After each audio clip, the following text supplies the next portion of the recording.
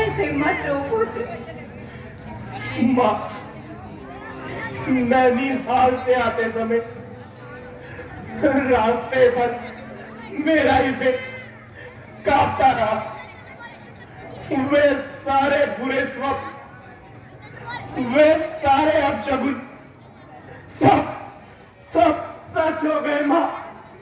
अनहोनी हो गई माँ, अनहोनी हो गई। भरत, शोक का त्याग करो और पृथ्वी लोक के इस अटल सत्य को स्वीकार करो।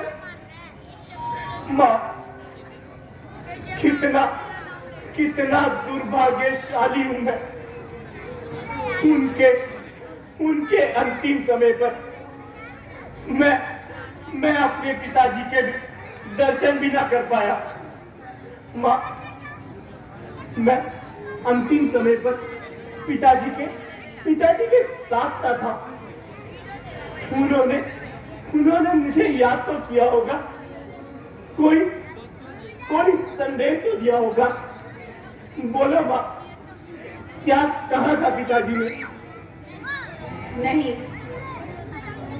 केवल राम को याद किया।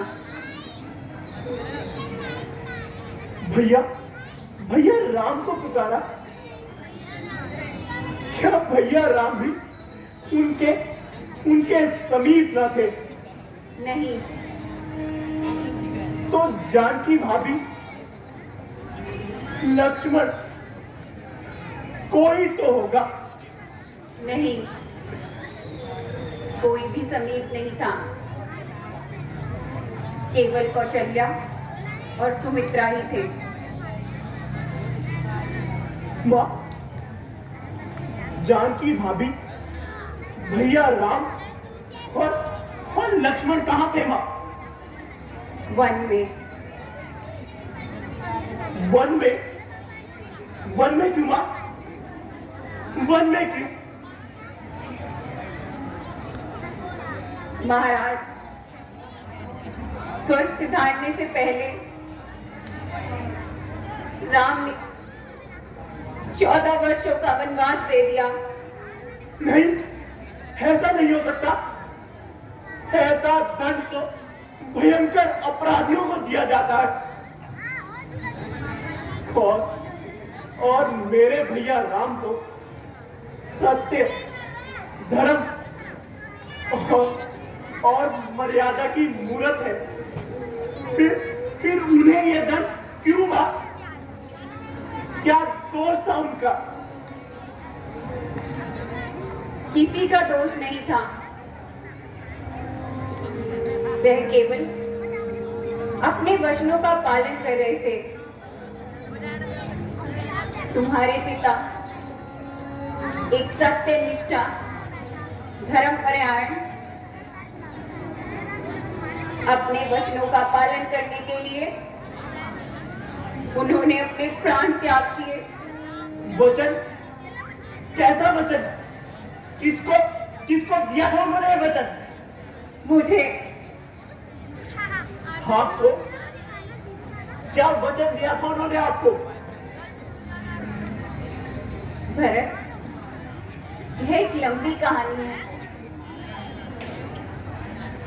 तुम ननिहाल से आकर थक गए होंगे, पहले विश्राम कर लो। अभी तुम्हें बहुत कर्तव्य पूरे करने हैं और अपने पिता का अंतिम संस्कार भी, और अयोध्या का राज्य भी संभालना है। एक राजा को दासों की भांति रोना शोभा नहीं देता। भरत, यह आंसू बहाने का समय नहीं है। हाँ माँ, सत्य कहा तुमने। यह समय आंसू बहाने का नहीं।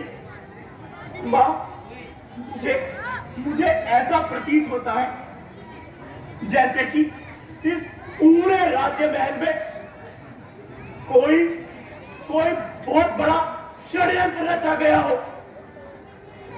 किसी दुष्ट ने मेरे वंश का सर्वनाश करने के लिए हमारी सुख और शांति भरे जीवन में विष घोल दिया हो। मां, मेरा पहला कर्तव्य तो यह बनता है कि मैं इस षड्यंत्र की जड़ तक जाऊं और उस षड्यंत्रकर्ता को दंड दूं जिसने मेरे पिता की हत्या की, मेरे भैया राम को देश निकाला दिया, जिस पापी ने मेरे वंश का ऐसा क्रूर आघात किया है, मैं उसे नहीं छोड़ूंगा, मैं उसे अवश्य दंड दूंगा।